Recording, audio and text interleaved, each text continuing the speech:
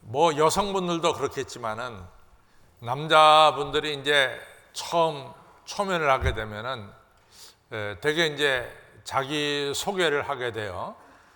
그래서 말로 소개할 때도 있고 또 아니면은 명함을 주고받을 때가 있죠. 그러면서 이제 자기 자신이 누구냐 하는 걸 갖다가 소개하고 있습니다. 근데 이제 우리가 나를 소개할 때 어디에 근거해서 나를 소개하느냐, 이게 굉장히 중요한 것 같아요. 내가 누구냐 할 때 나를 어떤 것에 기초를 두고 나를 소개하느냐, 이것이 상당히 중요한데, 이 성경에 보면은 이 자기의 정체성, 자기가 어느 것을 근거로 해서 나는 누구냐라고 하는 걸 갖다가 이 정체성을 갖게 되는데, 이 정체성이 흔들릴 때도 없지 않아 있어요. 예를 들자면은 창세기 4장에 보면은 이제 아담과 에바의 큰 아들이 아벨이고, 큰 아들이 가인이고, 둘째 아들이 아벨입니다. 그래서 이제 큰 아들 가인에게 있어서 정체성은 그 집안의 맏아들이라고 하는데 정체성이 있어요. 근데 이게 굉장히 중요한 거예요. 예를 들자면은 저희 집에 제가 둘째거든요. 저희 형하고 저하고 만 2년 차이가 안 납니다. 그런데도 불구하고 제가 우리 형의 자리를 조금만 넘보면은 우리 형이 굉장히 기분 나쁘게 생각해요. 그래서 저는 절대로 형 앞에 나서지 않습니다. 예를 들자면은 저희 아버지 어머니 돌아가셨을 때 미국에서 장례식을 치렀잖아요. 그러면 장례식의 전문가 하면은 제가 전문가죠. 제가 장례식에 A서부터 저 끝에 Z까지 제가 다 잘 알아요. 그러면 이제 저는 이제 저희 집사람하고 한국에 있다가 미국에 들어가서 장례식 참여하는데 조금 형이 준비했을 거 아니에요? 뭐 마음에 드는 것도 있고 마음에 안 드는 것도 없다 그러면 좀 틀린 거고, 우리 눈으로 볼 때는 장례식은 이렇게 했으면 좋겠다는 마음이 들어요, 사실은. 그러면 제가 입으로 말을 할까요, 안 할까요? 절대로 안 합니다. 절대로 안 합니다. 그저 장례식은 장남이 알아서 하는 겁니다. 장남이. 형이 알아서 하십시오. 나는 형이 하자는 대로 할 테니까 그저 형이 주관하십시오. 그럼 우리 형이 주관하고 또 돈은 또 열심히 옆에서 대고 이제 이러면서 이제 장례식을 갖다가 하는데, 왜 그러냐? 우리 형의 이 정체성은 우리 집안의 맏아들이라는 데 정체성이 있어요. 요 놈이 내 자리를 탐낸다? 그 굉장히 불편해요. 그거 건드릴 필요가 없어요. 근데 이제 아담의 큰아들 가인도 그렇고 마찬가지입니다. 하나님께 이제 예배를 드렸는데 어떻게 하나님이 나보다 못한 동생은 항상 자기보다 못하거든요. 박정로님, 동생이 형보다 잘났습니까? 못 났습니까? 못 났죠? 큰아들이거든. 동생이 까불면 큰일 나는 거야. 그러니까 적어도 동생이 형보다는 못 났는데 하나님이 어째서 말이야, 동생의 재물은 받고 형의 재물은 받지 않느냐? 이게 정체성이 흔들리는 거예요. 그러면 이제 정체성이 흔들리게 되면은 어떤 결과가 나오냐면은 표현은 하지만 자신의 나약함이 느껴져요. 표현 안 하지만은 두려워져요. 이놈이 나보다 앞서는 거 아니야? 이런 두려움이 생겨요. 또 폭력적이 됩니다. 그래서 아시다시피 형이라고 하는 자리를 지키기 위해서는 동생은 사라져줬으면 좋겠어요. 그래서 가인이 아벨을 죽입니다.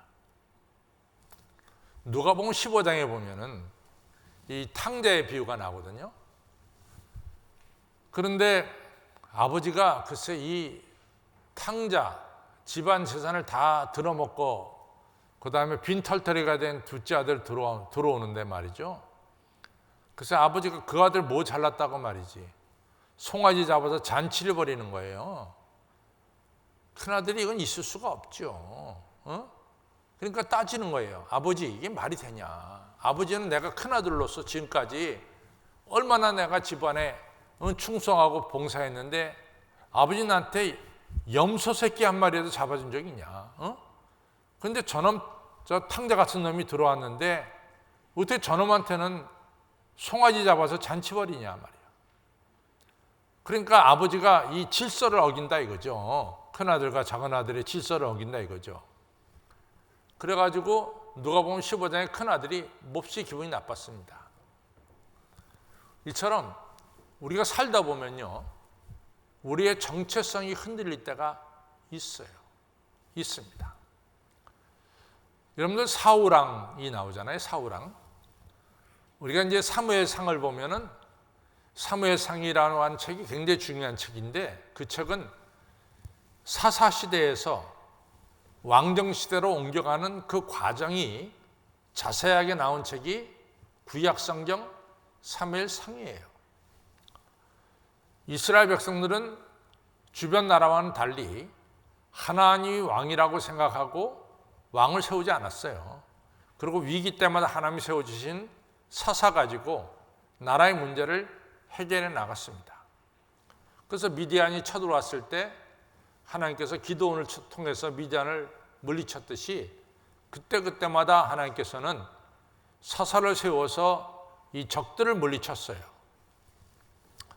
그런데 이스라엘에게 있어서 고질적인 문제가 하나 있는 게 뭐냐면은 이 블레셋의 문제입니다.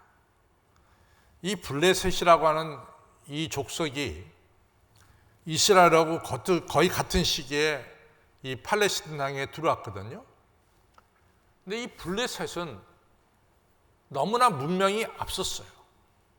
그러니까 블레셋이 자꾸만 팽창해 가고 이스라엘이 차지했던 땅은 블레셋에게 빼앗기 시작합니다.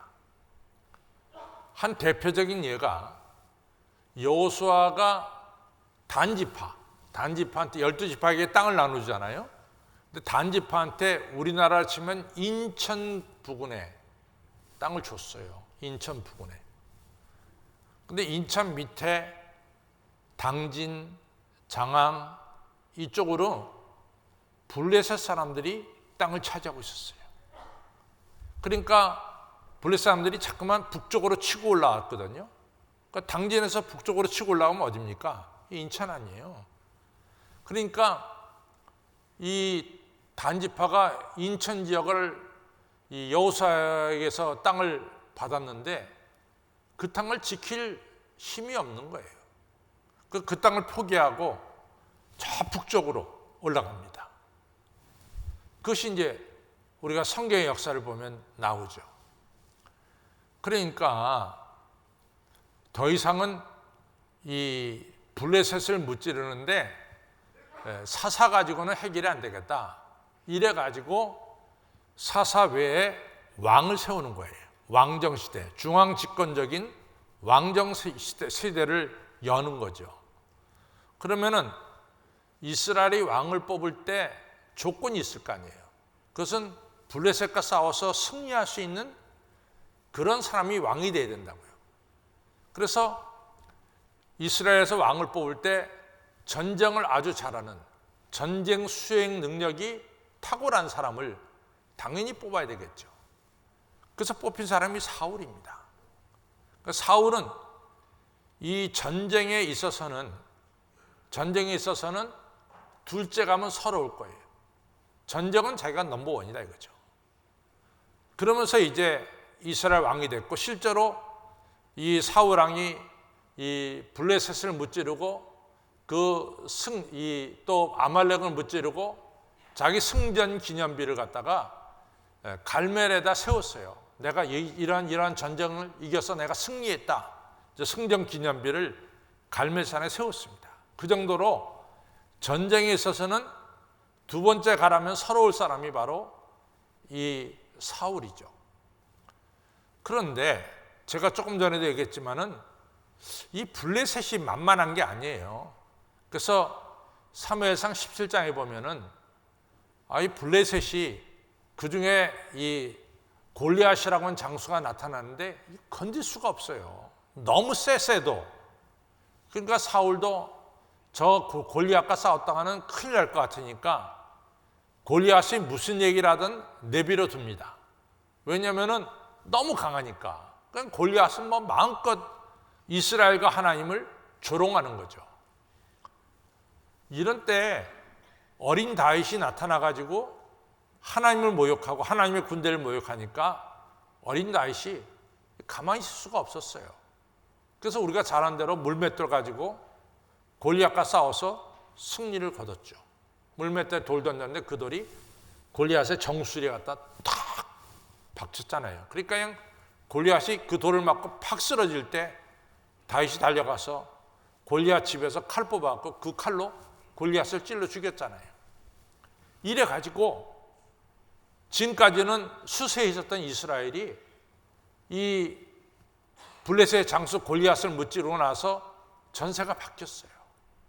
이스라엘 군대가 힘을 얻어가지고 이 블레셋을 갖다 무찔러 죽인 거예요. 그래서 큰 승리를 오래간만에 거둡니다. 승리를 거둬가지고 기브온이라고 하는 이제 그 도시, 수도로 개선 장군처럼 군인들이 입성할 거 아니에요? 그때 길 양편에 백성들이 다 늘어서 가지고 승리하고 들어오는 이스라엘 백성 장군 군사들에게 막 박수를 보내고 뭐 꽃을 뿌리고 승리했으니까 그랬을 거 아니에요. 근데 이제 여성들이 막 여성 찬양된지 아니면 여성들이 그냥 모여서 노래를 부르는데 그 노래가 뭐냐? 사울이 죽인 자는 천천히고 다윗이 죽인 자는 만만이라는 거야. 여기서 사울왕의 정체성이 깨진 거야. 전쟁하면 넘버원이 누구냐? 자기의 자기, 지금까지. 근데 이 순서가 뒤바뀐 거야. 어째서 말이야, 이 넘버원이었던 나는 천천을 죽인 자가 되고, 어떻게 저 소년이 만만 죽인 자가 넘버원으로 등극하느냐?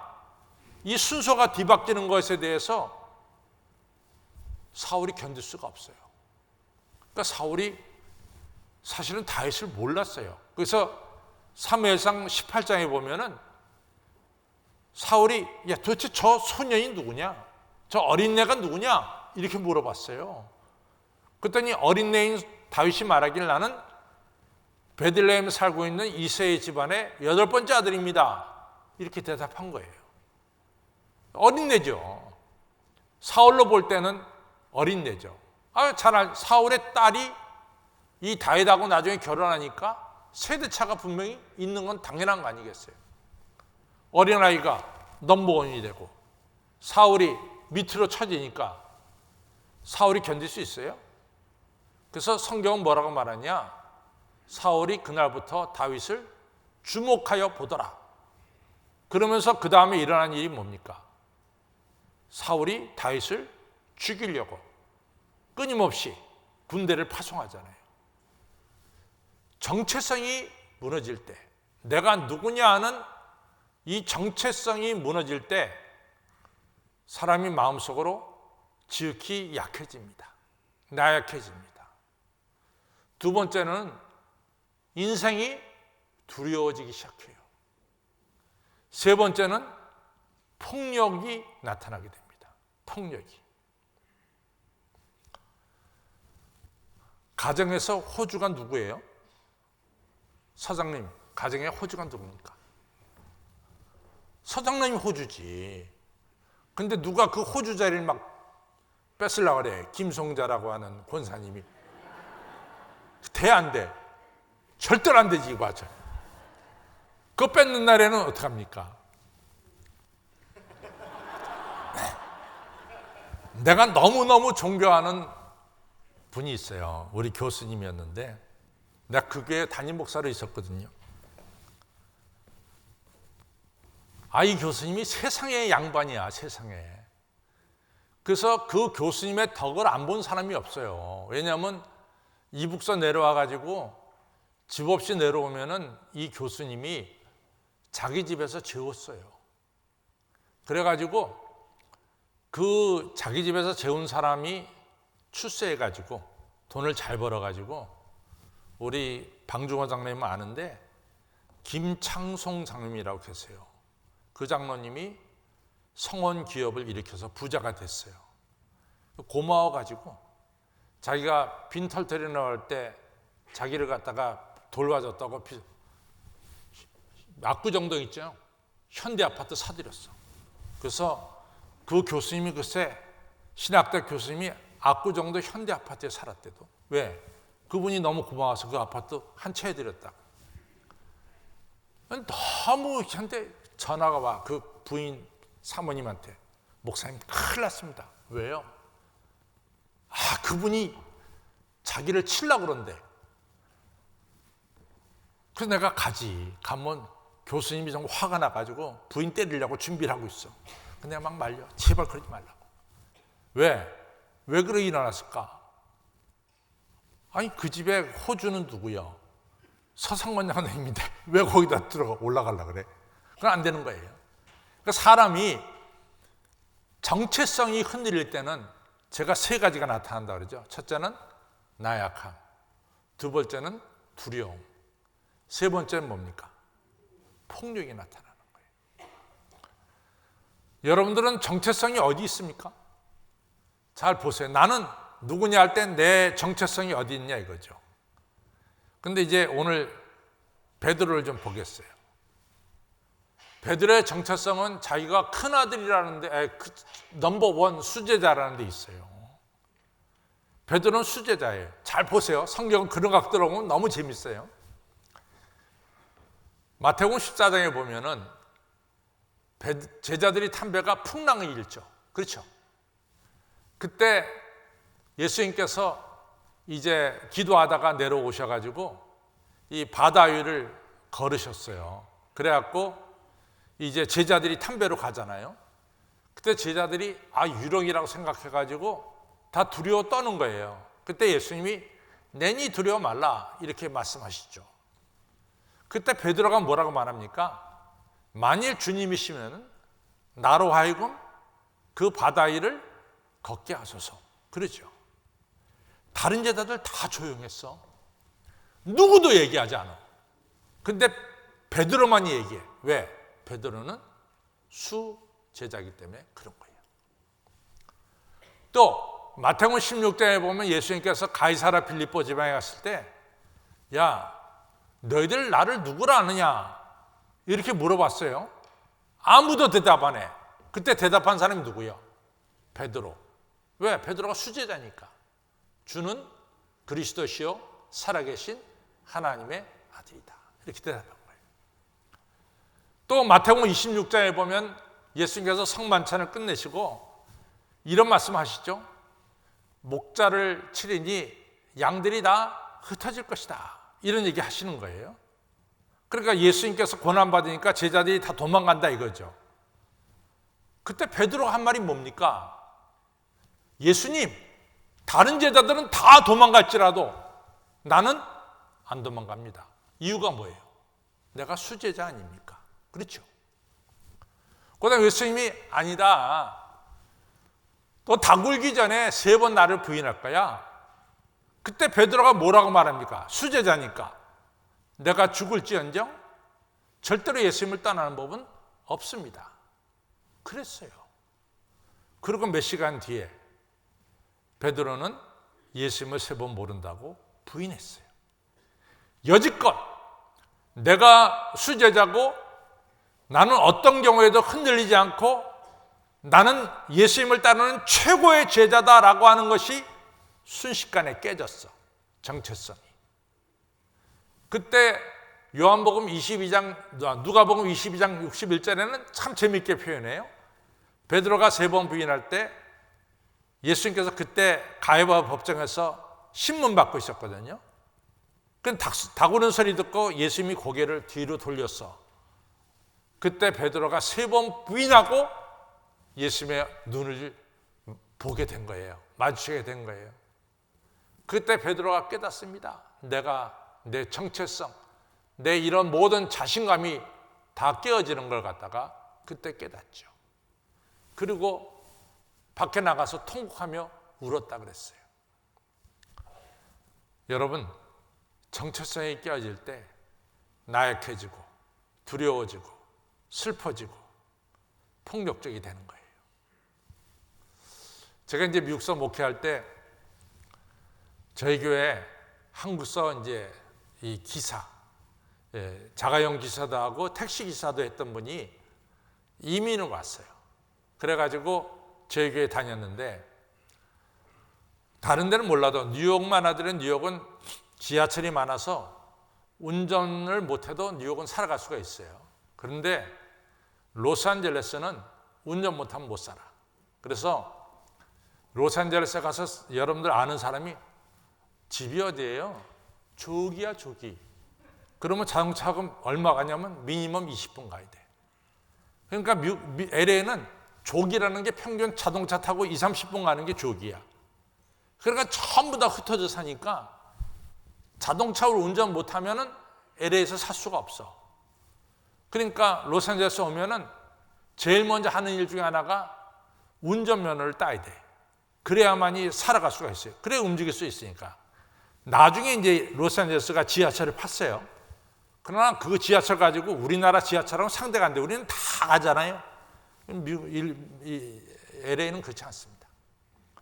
근데 이분이 이제 당연히 이 한국서 택시기사, 운전기사 하던 분이 와가지고 운전면허 따야 되잖아요. 근데 LA는 필기시험을 한번 보고 그 다음에 필기시험 합격하면 3번 드라이빙 테스트, 실기시험을 볼 수 있게 허락이 돼 있어요.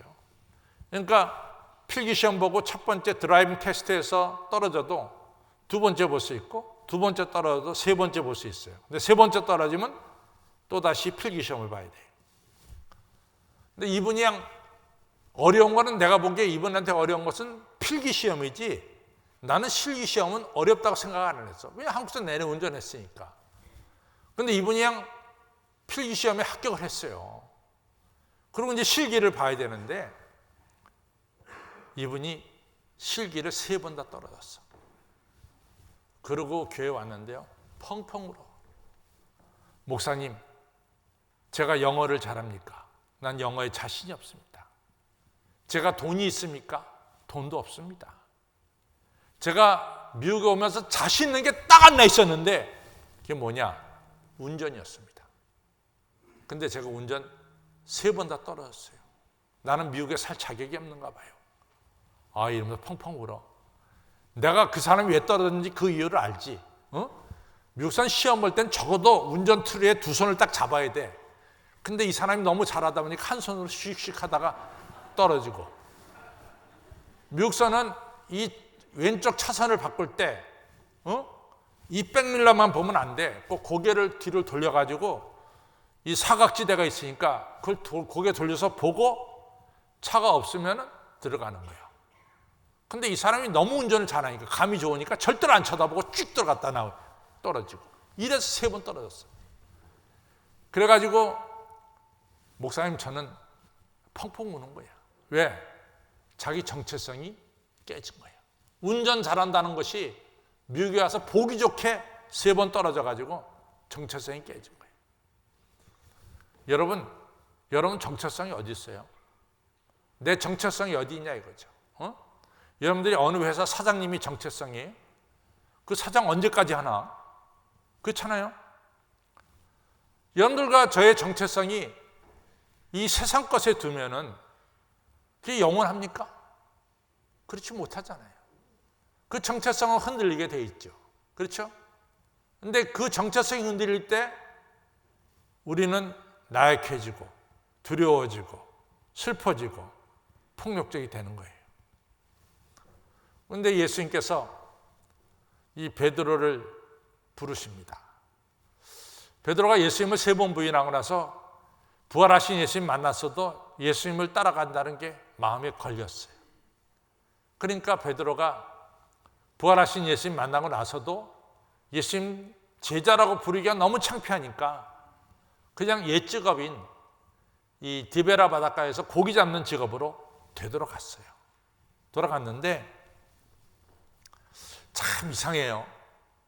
내가 잘하는 옛 직업에 돌아가면 성공할 것 같죠? 근데 그러질 못한 것 같아요. 제가 지금까지 경험한 바로는 어느 분이 이 옷을 잘 만들었어요. 그래서 옷을 잘 만들어가지고 돈을 잔뜩 벌었거든요. 그 돈을 벌어가지고 빌딩들을 몇 개 사가지고 이제 투자를 시작했단 말이죠. 근데 그게 망했어요.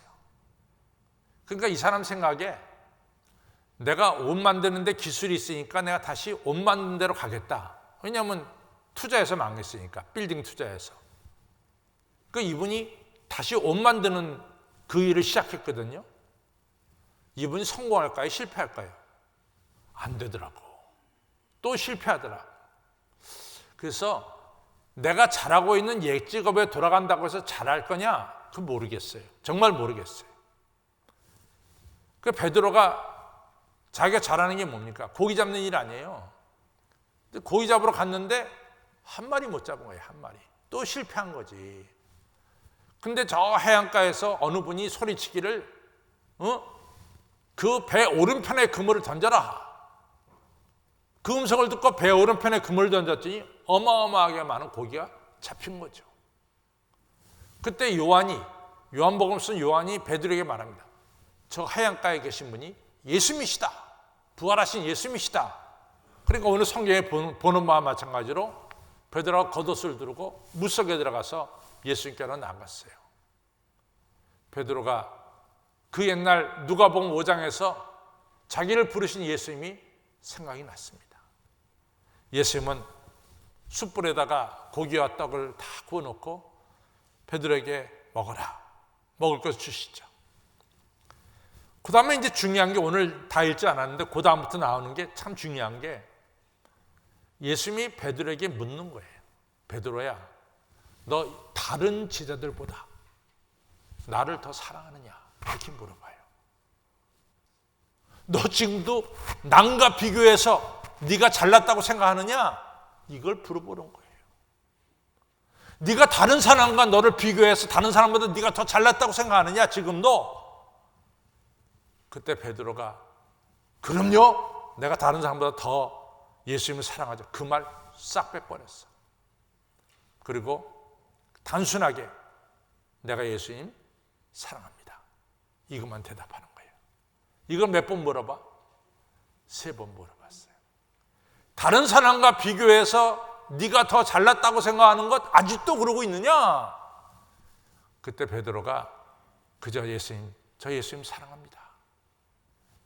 그래서 베드로의 이 가지고 있는 약점 있죠. 남과 비교해서 내가 우월하다고 하는 약점도 해결해 주시고, 그 다음에 베드로의 실패, 3번 실패한 것도 다 예수님께서 용서해 주시고, 그리고 새로운 사명을 주신 거죠. 내 양을 먹여라. 내 양을 쳐라. 사명 주신 거죠. 여러분, 사실 베드로가 이러한 정체성을 갖게 된 요인 중에는 실패라고 하는 것이 중요한 역할을 했어요. 사람이 성공하면요, 올바른 정체성을 못 가져요. 근데 베드로가 실패하니까 누가복음 5장에서 베드로가 실패할 때 예수님께서 깊은 데 가서 그물을 내리라 했거든요. 만약에 베드로가 성공해가지고 그 배에 고기가 가득 찼다면은 예수님께서 베드로에게 너 깊은 데 가서 그물 내려라. 그 말 듣겠어요? 안 듣겠어요? 그 말씀. 안 들어요. 예수님, 나 배에 고기가 많으면 더 필요 없습니다. 틀림없이 안 들었을 거야. 그러나 실패하고 나니까 예수님의 음성이 들리는 거예요. 그리고 깊은 데 그물을 던지니까 고기가 잡힌 거지. 또 내가 장담을 했거든. 나는 절대로 예수님 떠나지 않고 죽을지언정 예수님 떠나지 않습니다. 장담을 했다고. 근데 웬걸 예수님을 3번 부인하는 실패를 범했어요. 그때 예수님의 얼굴은 베드로를 용서하고 긍휼히 여기는 이러한 예수님의 얼굴이요, 예수님의 눈빛이었습니다. 베드로가 견디지 못해서 나가서 통곡하며 회개 기도하는 거죠. 베드로는 실패를 통해서 깨달은 것은 우리 주님의 사랑은 실패한 나를 변함없이 사랑하시고, 그리고 실패한 나를 사명을 맡겨서 일을 맡기시는 분임을 깨닫습니다. 이제는 나는 누구냐? 나는 내가 실패함에도 불구하고 끊임없이 나를 사랑하고 불러주시는 그 예수님의 사랑을 받는 사람이 바로 나다. 자기의 정체성이 바뀌었어요. 이젠 예수님의 수제자가 아니라 예수님에게 끊임없이 내가 실수하고 실패함에도 불구하고 사랑받고 있는 사람이 바로 나 베드로다. 여기에 정체성이 있는 거예요. 나는 누구냐?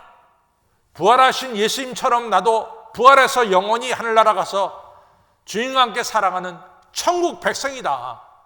여기에 자기 정체성이 있는 거예요. 나는 누구냐?